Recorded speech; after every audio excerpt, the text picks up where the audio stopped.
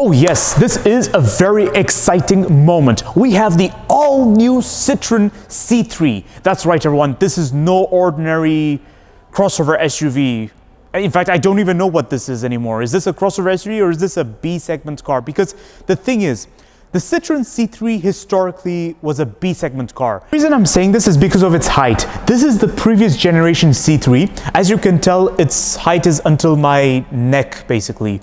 Looking at the new generation, it's almost at, I'd say, my nose level. It's a bit taller than the previous generation. We remain stuck on the big question. Is this a B-segment hatchback or is this yet again another small crossover SUV by Stellantis? There is one massive advantage though. This particular Citroen C3 costs 19,000 euros. I'm going to confess, it is very rare I see a brand new car that starts at a price of less than 20,000 euros. So this is a special moment. This body paint is called Monte Carlo Blue.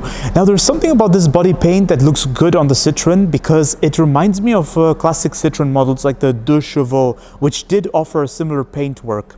And they also offered it on the Citroen Ami. But then approaching the side, we see a bit of an identity crisis. From this angle, it looks like a Jeep for some reason, a Jeep Avenger or something. And then looking at the wheels, it clearly looks like something Alfa Romeo would love doing, because look at this, those spokes over here. This is something Alfa Romeo usually does. Towards the rear, things seem a bit better. It seems very evolutionary to previous models, C3 aircross in particular. I was thinking of the C3 aircross, I think that's what it is. It had a simple rear design like this. You get a rear view camera and rear parking sensor, but none of that at the front. Now before we check out the interior, there's something that has to be said about the doors. To pull this door handle, it's a bit difficult for some reason. Like I have to use a bit of force. See? But then when you hear the door sound, sounds a bit generic. It sounds very different to my experience with Peugeot and Alfa Romeo. Because with Peugeot and Alfa Romeo, you start noticing this metallic sound, especially on their crossovers. Whereas with Citroen, it's not the case. But to be honest, it's okay. It's fine. This door is better, but oh wait, listen to this. Okay, there is a metallic sound, but it's a bit faint. It is time to check out the wonderful interior of this Citroen C3. My first impression, first thing that bothered me already is the steering wheel size. Look at what they did to this. They've started following Peugeot's example, and I really don't think this is a good precedent. Look at this. I mean, at least it's better in the context that when it comes to the instrument cluster, Citroen has it simple. They've kind of abandoned the concept of having a big instrument cluster. Instead, they simplified everything there. And to be honest, they're not alone. Volvo also started doing this recently with the EX30 and the EX90. The gear stick looks good, easy to use. Then the seating adjustment is good, decent. Manual handbrake right here. Haven't seen this in a new car in ages, if I'm being honest, because now everybody's obsessing with electric handbrakes. This is at this area. This is where I see a bit of confusion because in my mind, first thing came to my mind was, oh, is that a storage space? But then upon closer inspection, there is nothing going on over there. It's just decoration. Okay, interesting. You get a glove box right here. That's decent.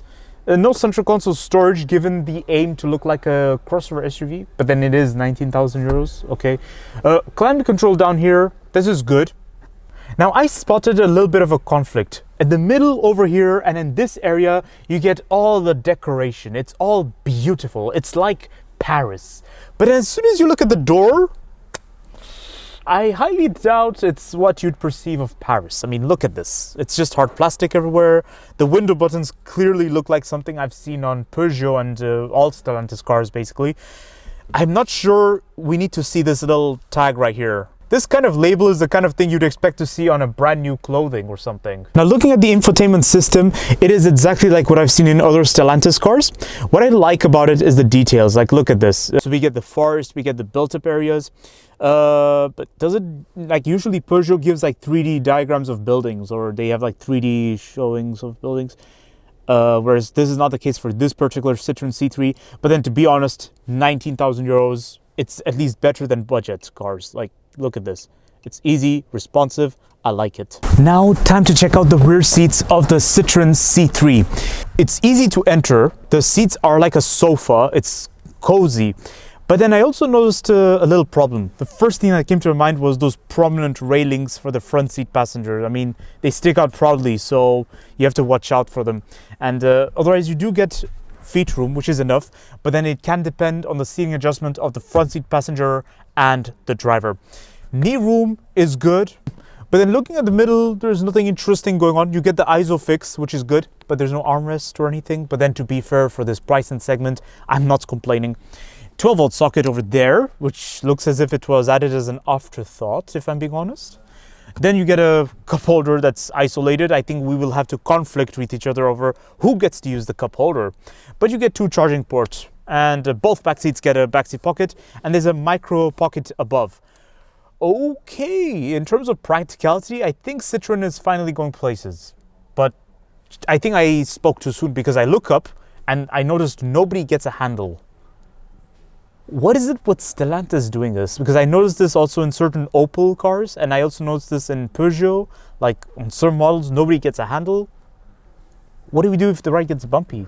The boot space of the Citroen C3, already the first thing I've noticed is that okay, I mean, you see the funny part is that it's taller, but then the door is exactly the same size as its previous generation. It looks like a B-segment car, if you know what I'm saying.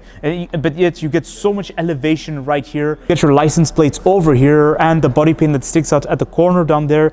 But apart from that, it should be good. I mean, look at this. So for 19,000 euros, I can understand. It's okay for its segment.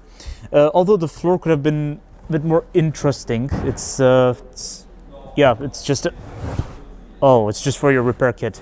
It's not an adjustable floor. There is no 12-volt socket anywhere to be seen, but there is a tether point. Now you all need to be very careful with this object right there, which I'm pointing at. This object is the rear view camera, so just be very careful there. Do not pull from it, instead pull from the handle right there. So here's my conclusion of the Citroen C3 2024. Now I have mixed feelings about this Citroen C3, but let's start with the price. The price is good. For 19,000 euros, this is one of the best crossover SUV or hatchback you can find. I don't even know what this is, a hatchback or crossover SUV, but then in terms of equipment, it had all the necessary things you need for 19,000 euros. And honestly, this is very good for city commute. It looks funky. It looks interesting from certain angles. Its appeal is very selective. But on the Citroen perspective of things, like if we're talking about Citroen identity or something desirable, it's very selective. Already I can tell that this doesn't really remind me of a Citroen, because I grew up around Citroen cars since childhood. So when I think of a Citroen, I have a really different taste. I think of certain Citroens like the Citroen 2 Chevaux or the Citroen DS or the Citroen C5X. These are the examples of real Citroen, or even the previous generation C3 models. Whereas I look at this and it looks a bit like a mishmash between various Stellantis models. Like for instance, the side has me thinking of Jeep, the wheels have me thinking of Alfa Romeo, and then obviously certain parts of it look like Peugeot, especially the front. So it's, again, I see a bit of an identity crisis. So don't forget to like, comment, and subscribe, and stay tuned for more videos that are on the run. I will see you all next time.